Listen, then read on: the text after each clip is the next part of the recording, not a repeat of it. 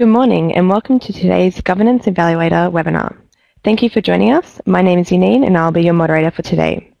This webinar is live and interactive. You're encouraged to participate by posting questions to the presenter, which can be typed into the chat box, which is located at the bottom left-hand side of your screen. If you have any audio issues during the webinar, please dial the teleconference number listed in the chat box below or let us know by typing into the chat box. I'd now like to pass over to our facilitator, Fiona Mercer, to begin. Hello everybody, and a very big welcome. Fi Mercer is my name. I'm an entrepreneur, governance expert, and the founder of the Governance Evaluator. We'd like to really welcome you today to our webinar series for building board capabilities. And today's webinar is about risk appetite and tolerance. Now this year, 2015, we actually added a new question to our governance evaluation questionnaire, and it was all about, does the board have a risk appetite and tolerance statement? Now that question has caused a bit of noise out there. Actually, it keeps coming up a red, and the main reason why we've gone back and asked everybody why is this a red is because at the moment we're just making sense of this question. The thing that most people are saying is, what does a risk appetite and tolerance statement even mean, or what do those words mean? So today we're going to run this webinar to try and start and we'll actually continue that conversation. I actually heard a really good saying the other day about risk appetite and tolerance statements, and that is that they should cause a rift on the board. In other words, if you're discussing these things, it's highly likely that everybody's not going to agree about it.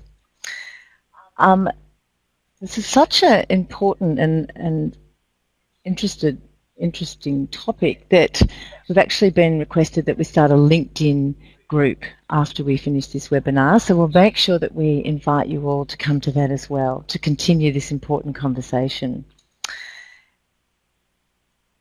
It's very appropriate that I introduce to you today our guest speaker, Jennifer Dean from Aon Hewitt. Aon Hewitt is our significant partners for leading edge content and advice, particularly around people and risk. And why is it so appropriate that Jen is our guest presenter today is Jen not only advised us that we should have this question, but she actually authored the question and the resources that go with it. So it's with much pleasure that I hand over to Jenny Dean. Okay. Thank you, Fi. What we really want to get out of today's seminar is to have you think about risk in a different way. And so it's not going to be a highly technical session.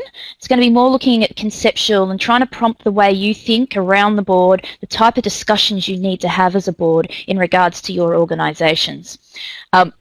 We sometimes like to think that risk is a science because it sounds like it should be, but really assessment of risk is a bit of an art because it's a lot of grey. It's not a black and white issue. So this is the type of concepts I want you to get when we go through the presentation. The agenda for today is, first of all, we're going to actually look at the concept of risk appetite, and then secondly look at risk culture, because the culture of the organisation is just as important of how you implement.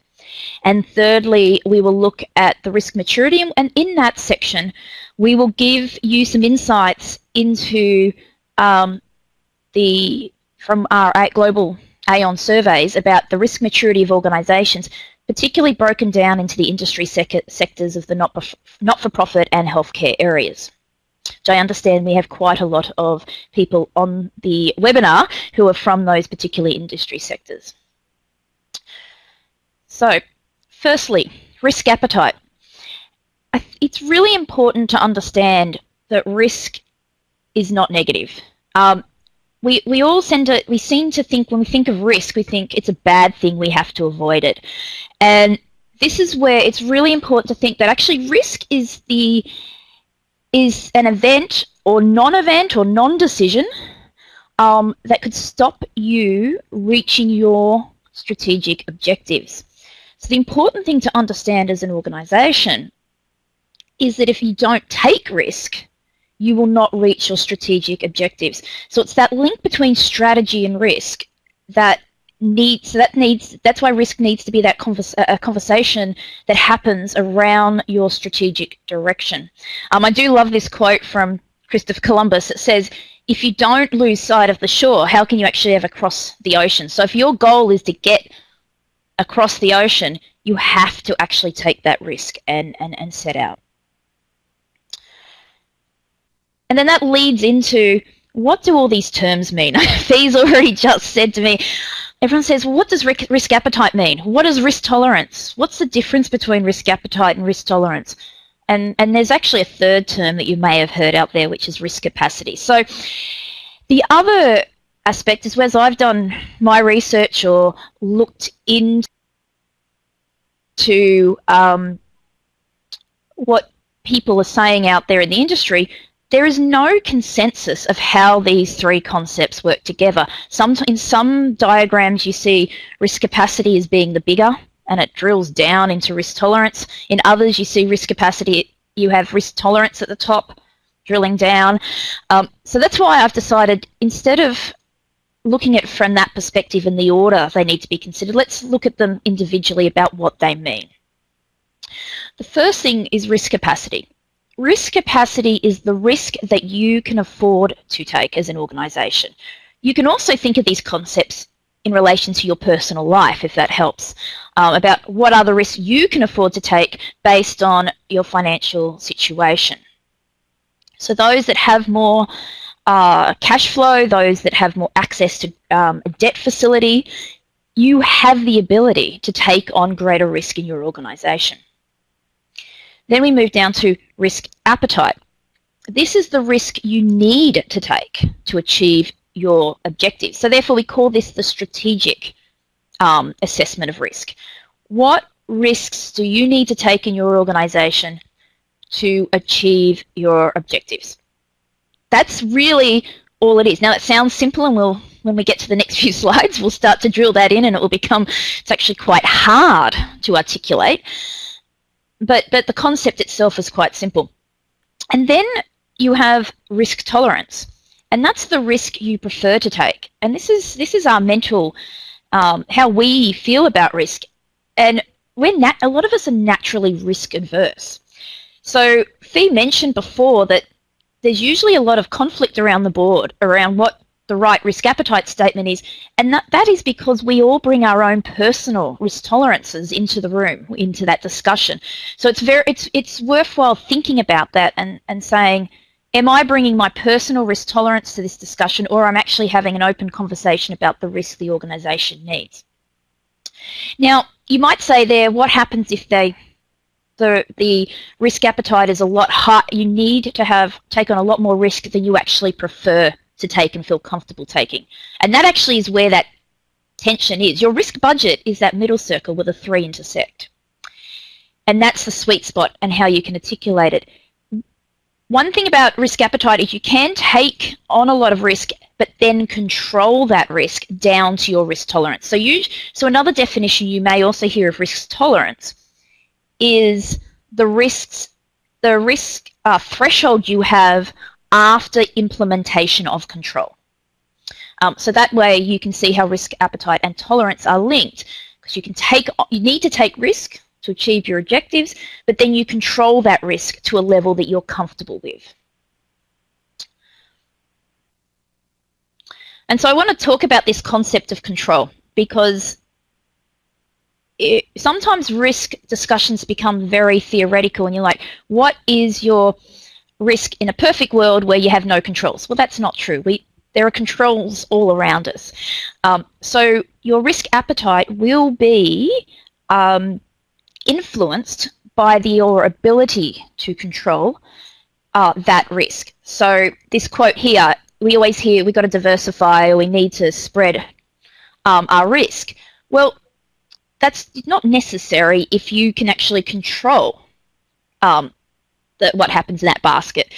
Where you need to diversify and spread your risk would be where you are unable to control. So this concept of what risk controls you can put in place is very important when you're also considering your risk appetite statement. Now we get into the meaty part. How do you write a risk appetite statement?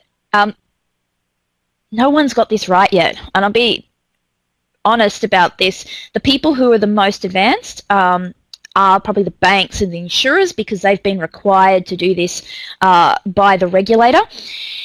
However, even there, it's a work in progress, and one thing that the banks have over and the insurers have over, say, a regular organisation or a not-for-profit, is there's some quite clear capital and liquidity and solvency rules that make it really clear how to specify those risk appetites on the financial side.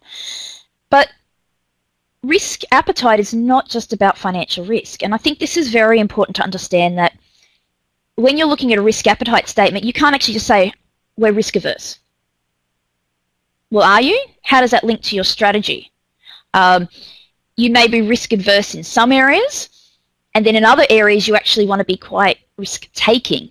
So that's why when we look at risk appetite statement, I find it very useful to think of a 4-quadrant model. Now, you may have seen a 4-quadrant model before, and the quadrants might have looked a little different. Normally, every 4-quadrant model has strategic risk, has financial risk, and operational risk. Where I actually, and this is an Aon view, obviously, but where I think we're moving to on the 4th quadrant is that we need to actually treat people risk as important as the other 3. This is because when we did the AICD course, it's a quite clear message to directors that people are your biggest asset and your biggest liability in your organisation. And if that is the case, then I think people risk deserves its own quadrant, because it's so important to the organisation. And I would say that especially when you're looking in the not-for-profit sector, that a lot of your risk is around the people, and because you don't have some of these other discussions on the financial side or high technology that you may have under operational. So the people side becomes very important. So when we look at people, things like culture, which I'll come to later, remuneration, safety, OH&S is obviously something that should be top of the agenda on every board's discussion. So there's a whole series of things in people risk that you might want to consider and put a statement around. Safety is clearly one that you could have a clear statement of risk appetite. Strategic. This is where you start to say, well, are we going to play outside of, what is our wheelhouse for a strategy? What is our focus? If we are looking at M&As, are there some risk thresholds and measures that we're going to put into that? What type of projects we're going to get involved with? And it's really important in setting your risk appetite in the strategic side that you are really aware of of clarity of purpose of your organisation. Financial is probably the easiest one because there are clear measures that can be set here.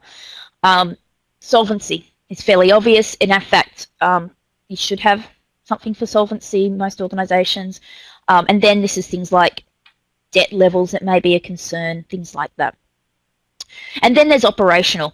Operational compliance is a huge issue across all organisations. We all have our own compliance that we have to adhere to. Processes, policies, IT, infrastructure. What you need to do in a risk appetite is pull out those really big ticket items in each of those headings and have a statement that sort of says what type of risk you need to take on and you're happy to take on to achieve your objectives in each of these areas. And the other thing that's really important with a risk appetite statement is it needs to be measurable. And this is where it gets very difficult. Because how you set risk indicators can actually have inadvertent consequences. So I'm gonna ask a few questions and I'm gonna give some examples of what might sound like a good risk indicator but may not be if you actually dig down. The first one you need to consider is you need to have a combination of performance, lead and trend indicators. So it's all very well and good to measure what's happening, but risk is changing. The risk to your organisation is emerging, and you've got to have, and I love the trend indicators because you need to be aware of the emerging risks. or have a risk appetite that picks up or acknowledges emerging risks. We all remember one of the best risk quotes ever was from Donald Rumsfeld about the unknown unknown. So how do you make sure that that is part of your risk framework? Is the true cause of risk being monitored and controlled? We think we know what the risk is, but actually it's being caused by something else. And there's many examples of that happening in business. And I'll come to an example that probably links a few of these concepts. Are remuneration rewards aligned to risk appetite and KRIs? So great example here may even be what's been happening in the financial planning, is that the remuneration was actually rewarding certain behaviour that was contrary to the risk appetite of the banks, because they have very strict, strong compliance regimes.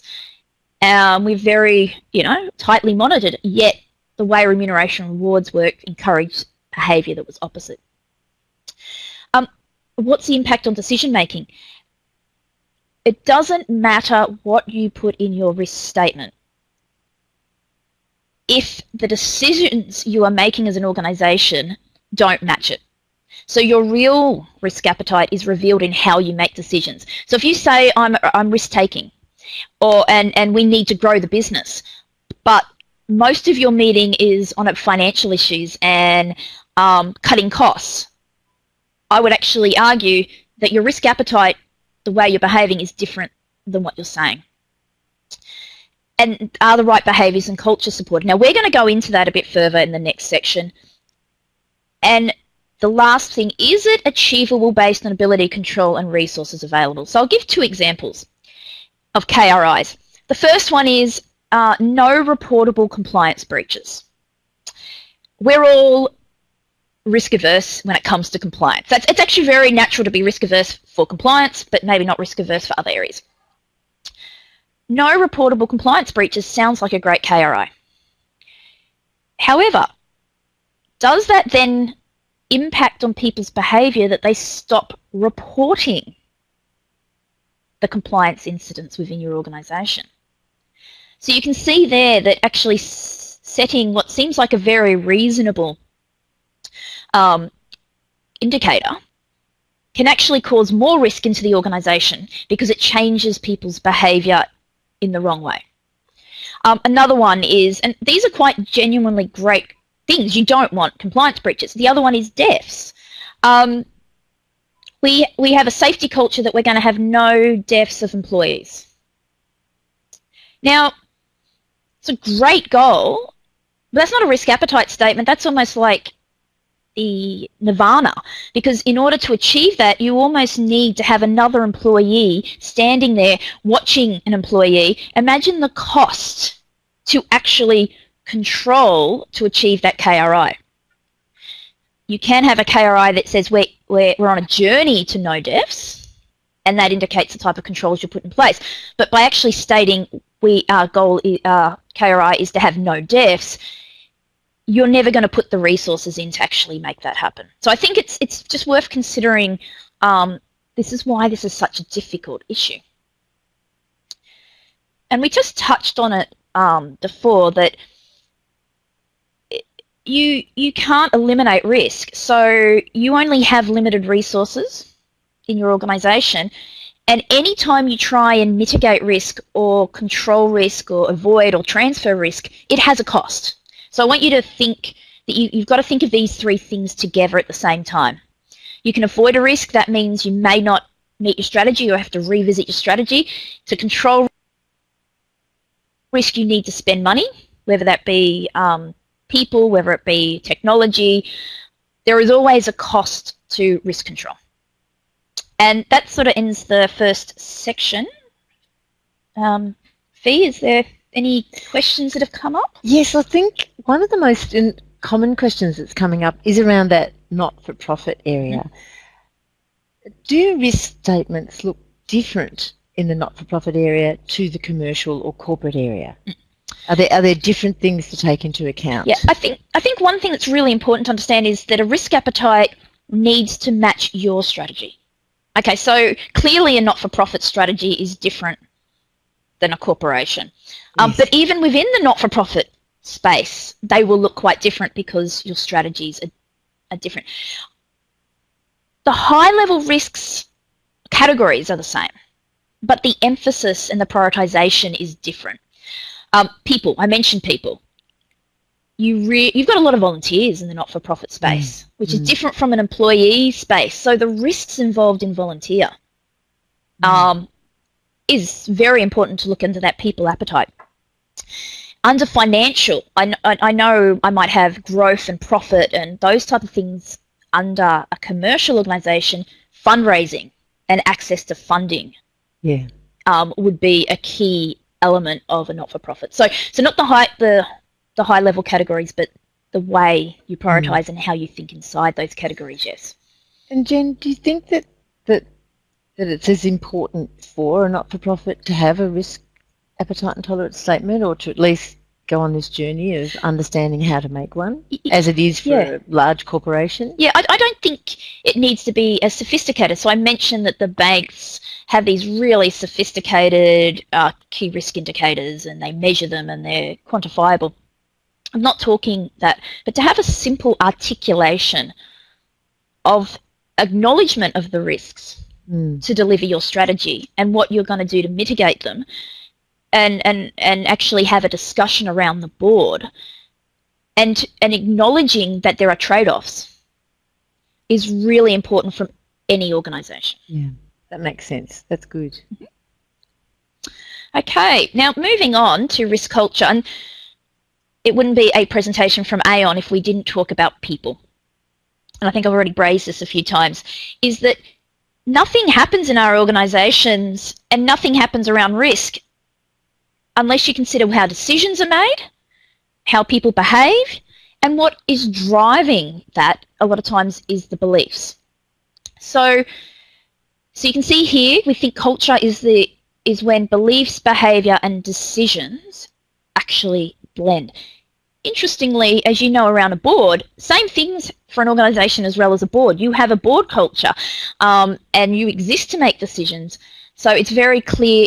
So a board needs to be aware of what its vision, its strategy, its values is.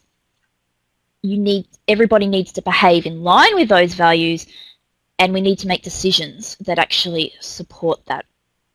Now, everybody has a culture. The question is, are we aware of what that culture is, and is it a good or a bad or a toxic or a supportive culture? But everybody has a culture.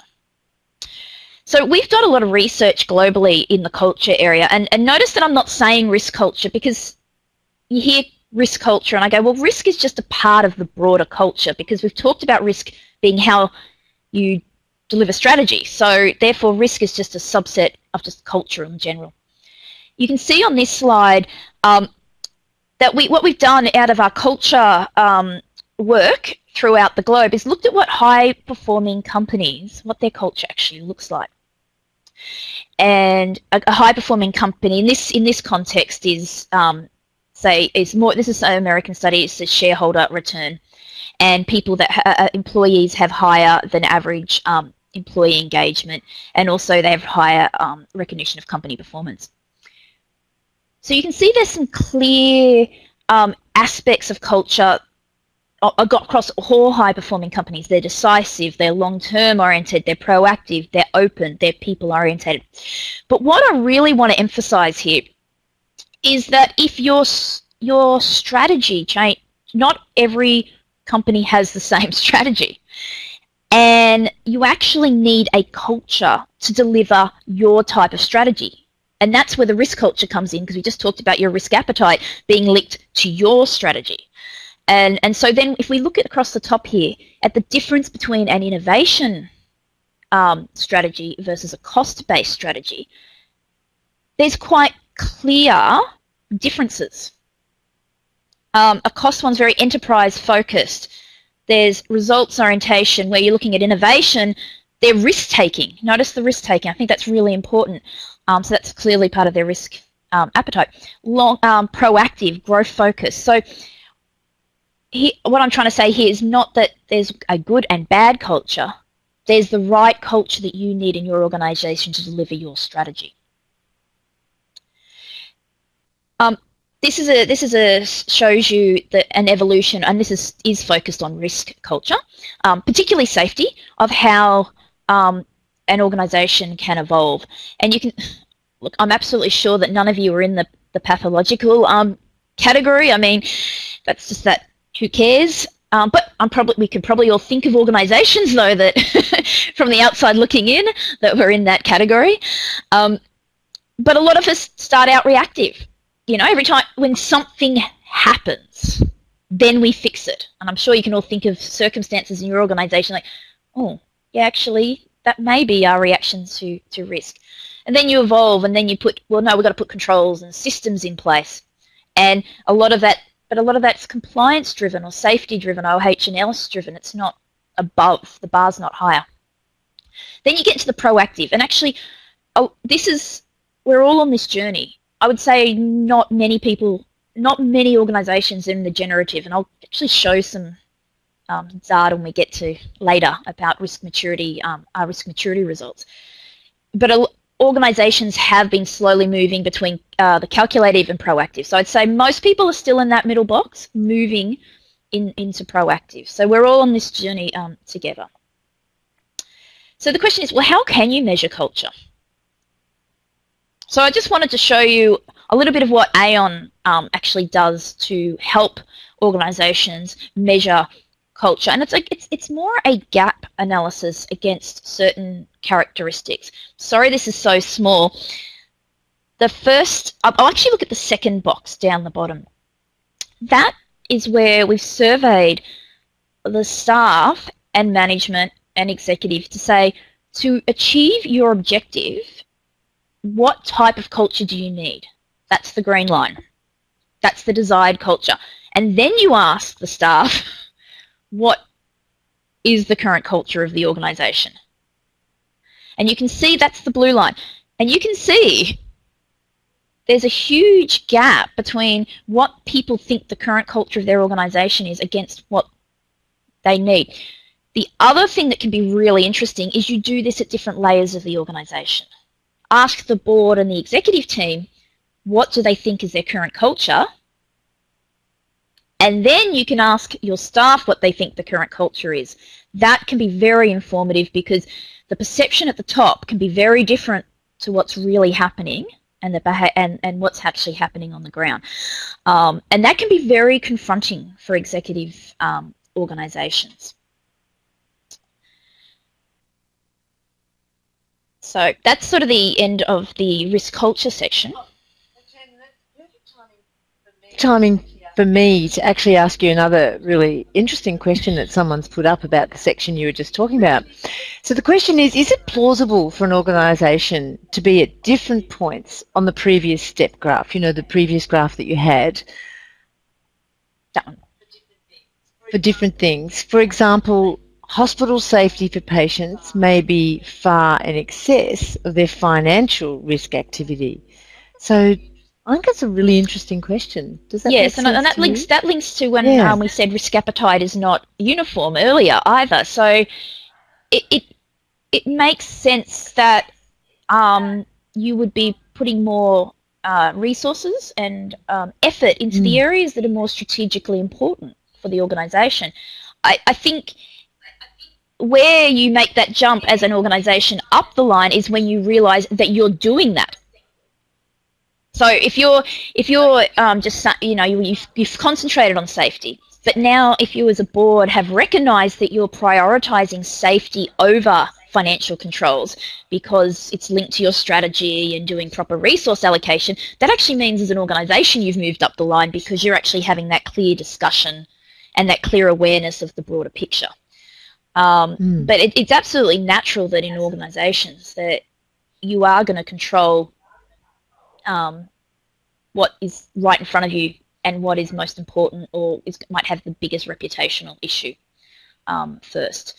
It's interesting that question came up because I actually sometimes challenge the other way when I do some talks on governance, is I actually say to organisations, does your risk strategy or your risk mitigation framework prioritise money over people.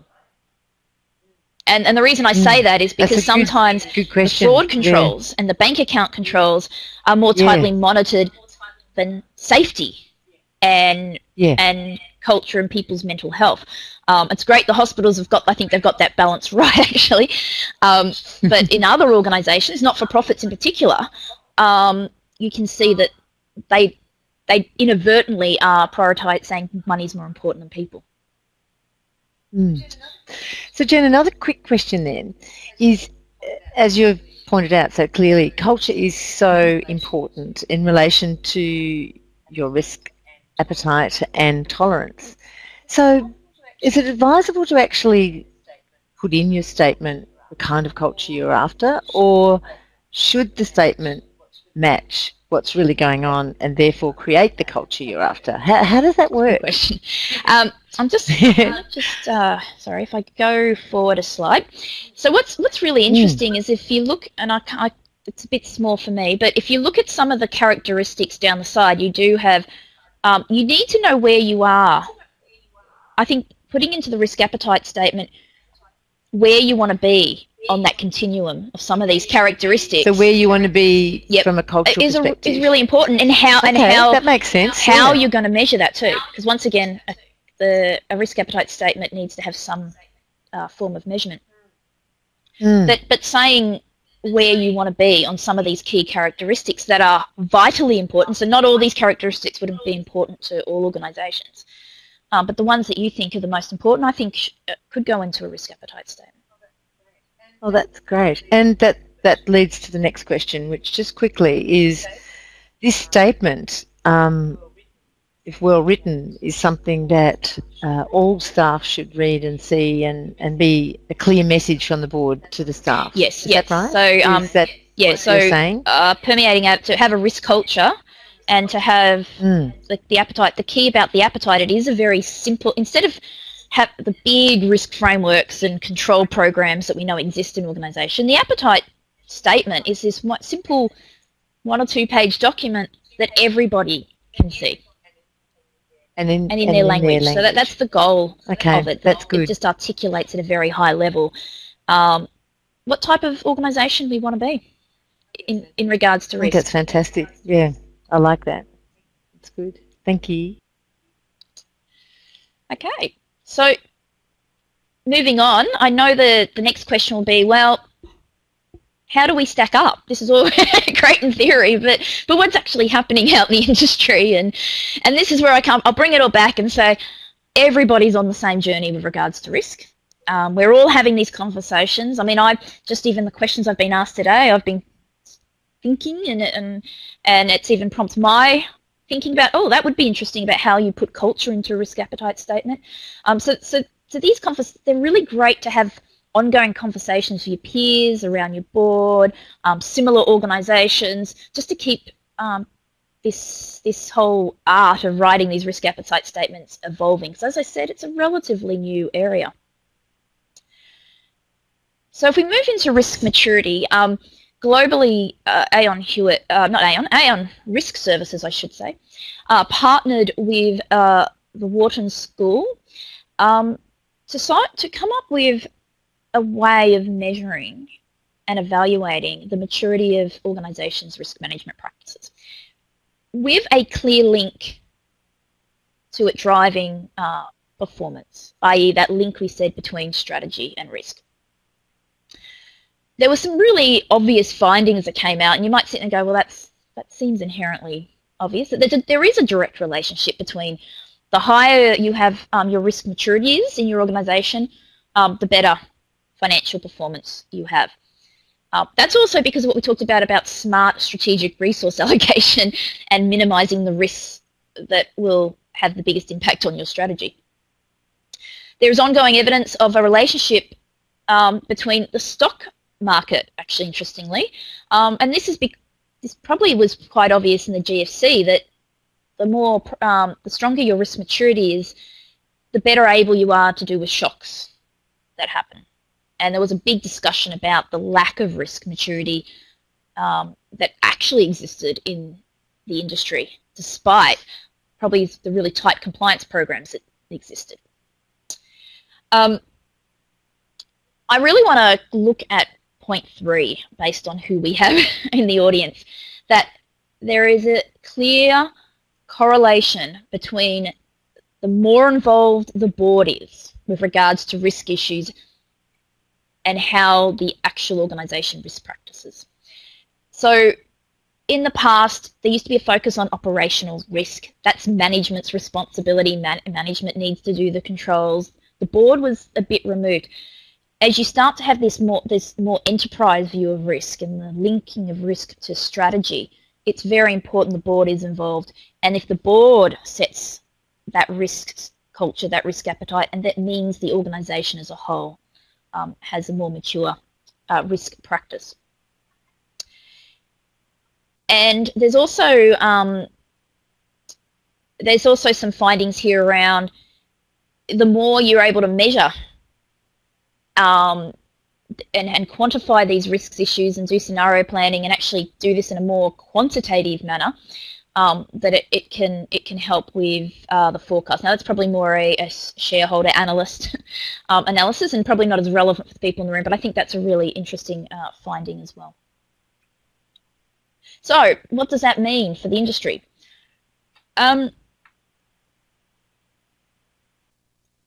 So what I thought I'd show you is the scores for across a lot of industries.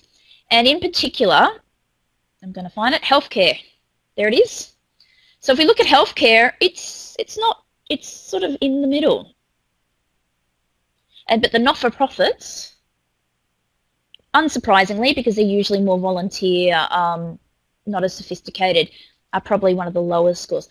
But what is really interesting, I think, if you look at this trend, is everyone is hovering between 2 and 3 to 3. The highest is 3.5. So remember back to what I said about most organisations are in that middle stage of maturity. I actually think it's really interesting that it's consumer goods that has the highest score here, and that might have to do with, say, food safety rules and all the various compliance regime that they have, and if they have to do recalls and things. But even something like aviation is still sitting, as you can see, at the 3 mark. And if we drill further into this,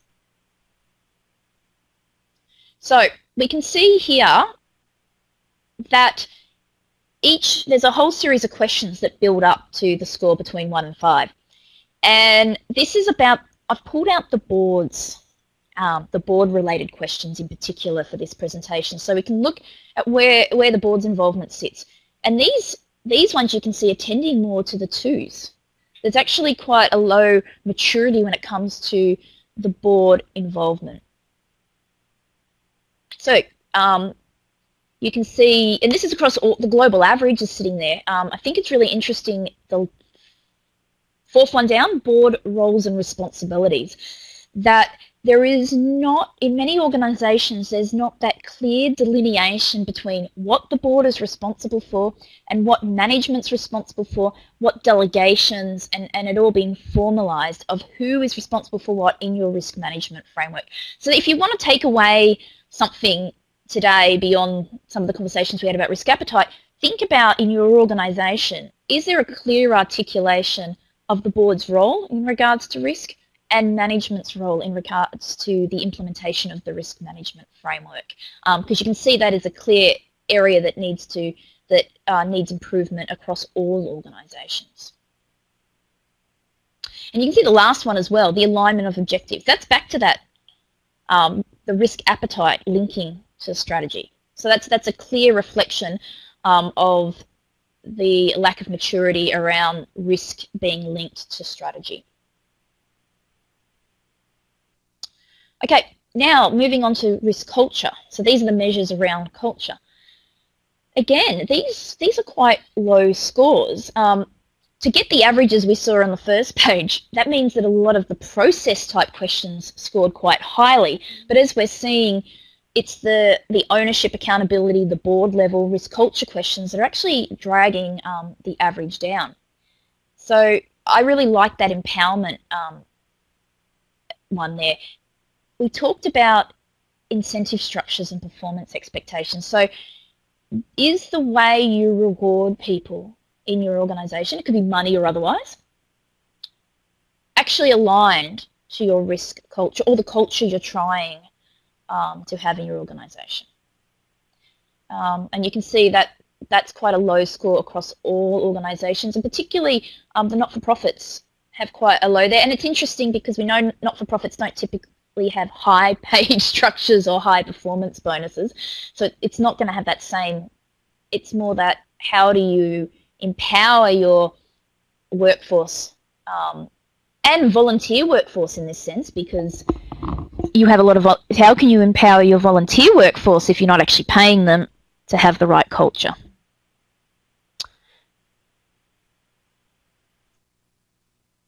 And the third area I just wanted to give some statistics on is how everyone's doing on risk appetite. So you're not alone, would be the message here. Risk appetite development, it's an area that everybody's working on, as I've said. Actually, the level of understanding, you can see the scores for both healthcare and not-for-profit in the ones, but even the global average is just sitting on 2, and that includes financial institutions, which you would expect to have a higher score there. And the other one too is, do you adjust it? So a risk appetite statement needs to be a live document. Your risk appetite does change. It changes, well, particularly when you change your strategic direction. That's a clear time to assess your risk appetite statement. It can change when market conditions change. It could change if your risk capacity changes. And it can even change if you have new management or new board members, because their risk tolerance and they show another oversight and bring more understanding or have different views. So it's important to continually be evaluating your risk appetite and tolerance levels. Okay, and that actually concludes the formal part of the webinar. It's so interesting, Jen. It's really interesting. These statistics are fantastic, and they really do help us get a perspective on where we're sitting with this. And it's interesting because you can be forgiven when you're sitting on a board just thinking, oh God, we're the only ones that don't get this. But when you look globally, by the way, is that what would be the highest score that you could get? It's a 1 to 5. It's a 1 to 5. Oh gosh, we're not even halfway there yet. That's great. That's good. There's plenty of talking to do yet. Well, we do have another question actually, and that is that when you're talking about the risk appetite statement, something you mentioned right at the beginning that there are some of our attendees would like to know a little bit more about was actually the board itself understanding its own risk appetite. It's one thing for the board to actually set out and attempt to write a risk appetite statement and understand their tolerances and get that message out to all the staff to start building the culture. What about boards understanding their own ability to make decisions, or just, as you said right at the very beginning, the individual characters on the board and how they actually affect the board's own risk appetite? Is that something that you know anything about? Have any examples of how boards learn that about themselves and maybe factor that into how they oversee strategy or formulate strategy or even accept that strategy is happening? It's a very interesting question about, and this comes back to the conversation you and I always have, that governance is a people issue. Yes. It's all about people making decisions and what they bring into the room. So there is a lot of evidence at the leadership management employee level that we are doing a lot of personality type tests and leadership assessments and simulations and all those that great thing. And I guess it raises a really interesting question of, should the board do it for themselves? Should a lot of the work that's done around leadership and all the assessments that happen actually be done at director level, so that they understand their personality profiles, and then you could map all the directors on one page and see how you vary, and you should vary, because the whole point of having a diverse board, you need to have variation on people's perceptions to have a diverse board. So I do think it's something that maybe in the past directors haven't really looked at. Particularly in relation to how you understand risk. Like, I'd imagine if you're a person who's run their own business and has a, you know, great experience, entrepreneurial and all that sort of thing, you might have a lesser fear of getting out there and doing something a bit different than perhaps people who've been in a more conservative role. And I think it's really interesting for a board to be able to understand that about itself. Yeah. And by doing, as you say, maybe some of those different kinds of surveys and things, it would be really, really helpful. I think that's really good. Jen, thank you so much. I have to say I've really enjoyed today's presentation. The thing that I probably got out of today the most for me, and I'll be interested to hear from other people, is that we are such early days with this, and there's such a strong need for us to continue to really have lots of discussions. And actually, I just see we have one more question here, Jen. Do you have any examples of well-structured risk statements that we actually could share with people or help people to see? And could we give an example of one? It's something we're working on. So I think when we first put the resources up on the Governance Evaluator, we actually put the questions that the boards need to ask themselves, more than actually putting a sample up there. I think Fee and I would love to put a template up there. It is very hard to find good examples. I personally sit on the board of a superannuation fund, and when the new prudential standards came in, I did a lot of research and searching, even to try and see what the banks and the insurers are doing. And I've sat in a lot of Institute of Actuaries seminars from chief risk officers from the insurers. And that's where the 4 quadrants first came up, was in the context of the insurers. So probably the most advanced in an Australian context are those 2 big APRA-regulated organisations. The only issue there is you do run into complex measures which may not be relevant for the not-for-profit aspect.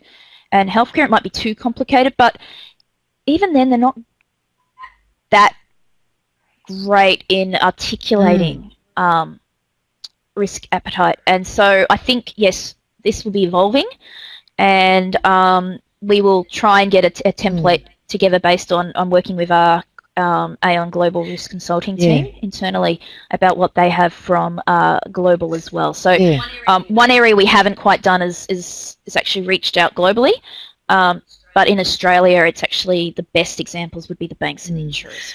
Actually, Jen, one of the boards that I sit on, we actually have had, and we do risk appetite statements. And this year it was a really powerful conversation, and I was really proud of that. And we've actually mentioned in our risk appetite statement our connection and our commitment to strategy and the objects we're trying to achieve, and how that does guide what we do.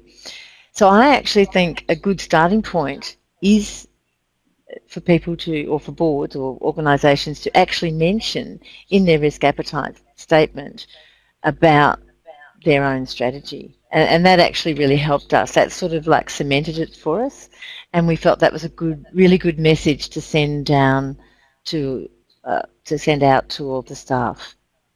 But it's a jolly hard thing to do, and it's a really early days conversation that lots of boards are having.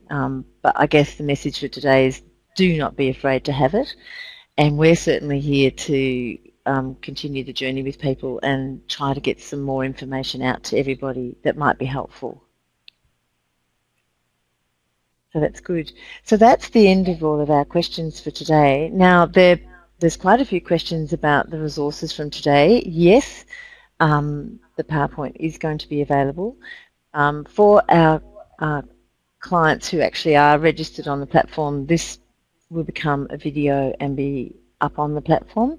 But of course, we'll be following up with others who've attended our webinar today and making sure that they can have copies of the resources as well. And as I mentioned, we're actually going to start a LinkedIn group, and Jen and I'll continue to talk to people, continue to put resources and examples and information up on that.